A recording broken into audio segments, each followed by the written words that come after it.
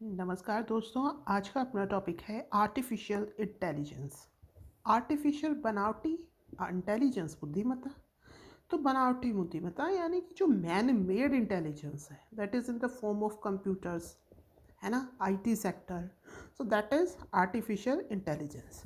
तो वह बनावटी मशीनों द्वारा तरीके से विकसित बौद्धिक क्षमता। जो आर्टिफिशियल इंटेलिजेंस है, इसके जनक कौन कहलाते हैं? John McCarthy. कौन कहलाते हैं? John McCarthy. यह बुद्धिमान, अब डेफिनेशन इन्होंने क्या दी देखिए, जॉन मैकार्थी ने, अगर आप इसे कोट करेंगे तो सही रहेगा अपनी डेफिनेशन की बजाय। यह बुद्धिमान मशीनों, विशेष रूप से बुद्धिमान कंप्यूटर प्रोग्राम को, बुद्धिमान मशीनों या फिर बुद्धिमान, या विशेष रूप से अगर कहें मशीनों की जगह, बुद्धिमान कंप्यूटर प्रोग्राम को बनाने का विज्ञान है। ठीक है। प्रारंभ कब से हुआ? 1950 से आरंभ हुआ। एग्जाम्पल्स अगर हम देखें इसके, तो सोफिया रोबोट सऊदी अरब का, हमारे इसरो ने भी लॉन्च किया था व्योम मित्र, है ना, रोबोट है। एलेक्सा आप यूज़ करते हैं, एलेक्सा के खूब ऐड आते हैं, उसमें आप बोलते हैं तो जो आप चाहते हैं वो एलेक्सा आपको प्रोवाइड कराती है। अनुप्रयोग, अब हम देखते हैं आर्टिफिशियल इंटेलिजेंस के क्या अनुप्रयोग हैं। तो जो कंप्यूटर गेम्स हम खेलते हैं, है ना, उसमें क्या होता है, हम जैसे ये लूडो वगैरह, जिसमें कि उधर दूसरी तरफ से जो आपका सिस्टम है वो खुद ऑपरेट होता है, तो कंप्यूटर गेम में आर्टिफिशियल इंटेलिजेंस यूज़ होता है। दृष्टि प्रणाली में आप आर्टिफिशियल इंटेलिजेंस का यूज़ कर सकते हैं, स्कैनिंग वगैरह करते हैं ना दृष्टि प्रणाली में, ठीक है, तो ये आर्टिफिशियल इंटेलिजेंस का यूज़ होता है। आपका आधार कार्ड वगैरह में आपका जो कोर्निया है इसकी और फिंगरप्रिंट, इसका यूज़ किया जाता है। वाक पहचान वॉइस आइडेंटिफिकेशन में भी इसका यूज़ किया जाता है। बुद्धिमान रोबोट बनाने में तो किया ही जाता है। और एक ये कैसी है, प्रवीण प्रणाली है। मेटावर्स में भी, metaverse is also like this, IT sector से आपने देखा होगा कि लास्ट ईयर 2021 में हमारे बेंगलोर में एक शादी हुई थी मेटावर्स में। तो उसमें क्या होता है ना, एक मतलब 3D इमेजनरी वर्ल्ड में आप उसको रियल फील कर सकते हैं। इस पर फेसबुक काम भी कर रहा है मेटावर्स के ऊपर।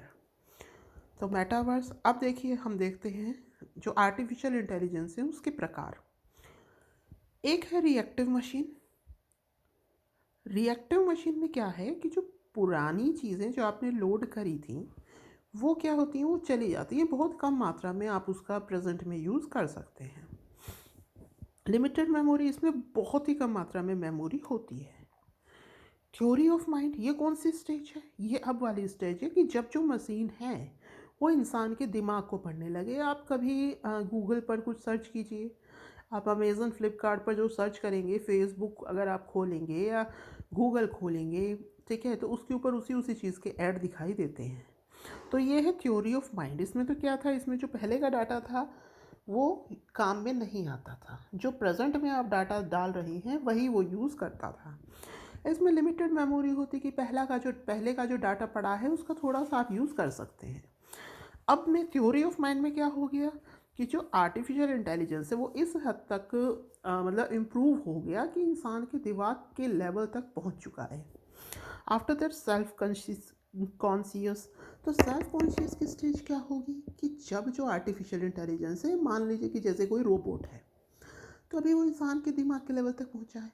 अब मान लीजिए कि वो खुद को समझने लगे, ठीक है ना, सेल्फ कॉन्शियस, खुद को जिस दिन समझ लिया उस दिन वो जो स्टेज है दैट इज सेल्फ कॉन्शियस, और उसी दिन से विनाश शुरू हो जाएगा। स्वास्थ्य, अब देखते हैं कि भारत में क्या संभावनाएं हैं। तो देखिए, स्वास्थ्य देखभाल में क्षमता बढ़ी है ना। अब आप जाते हैं हॉस्पिटल्स में, जो आपकी पूरी डिटेल्स होती हैं पहले की, वो ऑलरेडी कंप्यूटर्स में होती हैं। अभी भारत सरकार एक ऐसी योजना भी चला रहा है जिसके तहत जितने भी इंडियंस हैं उनकी जो पूरी हेल्थ मतलब जो पूरी जो डिटेल्स हैं वो क्या होंगी, सरकार के पास होंगी। आप कहीं भी कभी भी किसी भी हॉस्पिटल में जाएंगे, अगर आप अपना नाम बताएंगे तो आपकी पूरी की पूरी डिटेल निकल कर आ जाएगी। तो स्वास्थ्य देखभाल में क्षमता बढ़ी है। आर्थिक उत्पादन में सुधार हुआ है। गूगल के साथ नीति आयोग की साझेदारी से अब इसी में इन आईटी सेक्टर में प्रशिक्षण और पीएचडी छात्रवृत्ति प्रदान की जाएगी। नीति आयोग के अनुसार देश के समावेशी सामाजिक कल्याण हेतु उपयोगी। तो अगर आपको अपनी कंट्री का समावेशी विकास करना है, सामाजिक कल्याण करना है, तो आईटी सेक्टर को तो यूज़ करना ही पड़ेगा। भारत में robotics, virtual reality, cloud technology में प्रगति की है। मेटास्फेयर अभी हमने पीछे भी देखा है। तो रोबोटिक्स में व्योम मित्र अपना बन ही चुका है। तो इन सब में अब जो इंडिया है वो धीरे धीरे प्रोग्रेस कर रहा है। ठीक है, अब हम देखते हैं कि हमारी जो सरकार है वो इस क्षेत्र में क्या प्रयास कर रही है। तो देखिए, राष्ट्रीय स्तर पर आर्टिफिशियल इंटेलिजेंस कार्यक्रम की रूपरेखा बनाने हेतु राजीव कुमार, जो कि नीति आयोग के उपाध्यक्ष थे, उस उपाध्यक्ष हैं, की अध्यक्षता में समिति का गठन। ठीक है, तो इनको ये रिस्पॉन्सिबिलिटी सौंपी गई थी कि वो क्या करें, इस क्षेत्र में काम करें। 5th जनरेशन टेक्नोलॉजी के लिए $480 मिलियन का प्रावधान। ठीक है, इतने का प्रावधान किया गया है। आर्टिफिशियल इंटेलिजेंस, रोबोटिक्स, डिजिटल में मैन्युफैक्चरिंग के क्षेत्र में शोध को बढ़ावा दे रही है। सरकार क्या कर रही है, अभी हमने देखा था कि गूगल के साथ मिलकर क्या कर रही है, नीति आयोग की साझेदारी से इस क्षेत्र में आईटी सेक्टर में शोध को बढ़ावा दिया जा रहा है। 7 सूत्री रणनीति तैयार करी गई है। ठीक है, इसी क्षेत्र को बढ़ाने के लिए।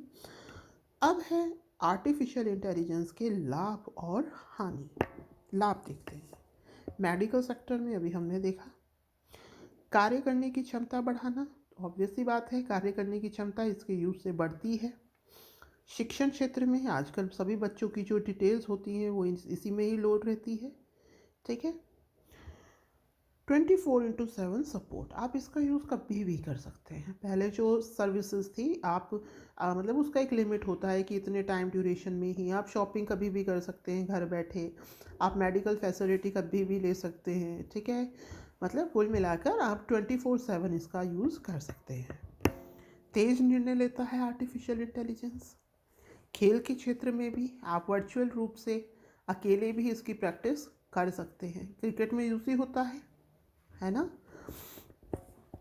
परिवहन क्षेत्र में एयरपोर्ट, मेट्रो स्टेशंस में आपने देखा होगा कि जो मेट्रोज होती हैं वो खुद से ही रुकती हैं, उसके गेट खुलते रहते हैं अपने से ही जैसे ही स्टेशन आता है। तो that is all the part of IT sector. अब अपन बात करते हैं हानि की। तो हानि, बेरोज़गारी बढ़ेगी। जब रोबोट आ जाएंगे, आर्टिफिशियल इंटेलिजेंस खुद ही इतना स्मार्ट होता जा रहा है कि इंसान के दिमाग के लेवल तक पहुंच गया है, तो इंसान की क्या ज़रूरत, बेरोज़गारी बढ़नी है। खतरनाक हथियारों का निर्माण, इसके यूज से क्या होगा, खतरनाक हथियार बनाए जाएंगे। लोगों में क्या फैलेगा, आलस्य फैलेगा, भावहीनता की स्टेज आ जाएगी, हो ही रही है, भावहीन होते जा रहे हैं लोग। ऊंची कीमत, इसकी जो कीमत है वो ऊंची भी है। रचनात्मकता की कमी, अब क्या है, पहले कोई भी काम होता था लोग क्या करते थे, मिलजुल कर करते थे। ठीक है, उसमें काफ़ी टाइम लगाते थे, देखते थे कैसे बेस्ट हो सकता है। अब क्या है, अब हर कोई टाइम निकाल करके किस में लग जाना चाहता है, मोबाइल में। ठीक है, उसकी हेल्प से काम करना चाहता है। तो रचनात्मकता की कमी आ गई, भावहीनता आ गई, लोगों में फीलिंग्स ही नहीं बची, सब अपने अपने फ़ोन्स में लगे रहते हैं। आईटी सेक्टर को आपने देखा होगा कि अब जो बच्चे हैं, जो लोग हैं, वो एग्रेसिव भी ज़्यादा होते जा रहे हैं, क्योंकि जो फ़ोन में आप किसी भी चीज़ को तुरंत पा सकते हैं, तो इम्पेशेंट होते जा रहे हैं, भावहीनता की स्थिति आ रही है।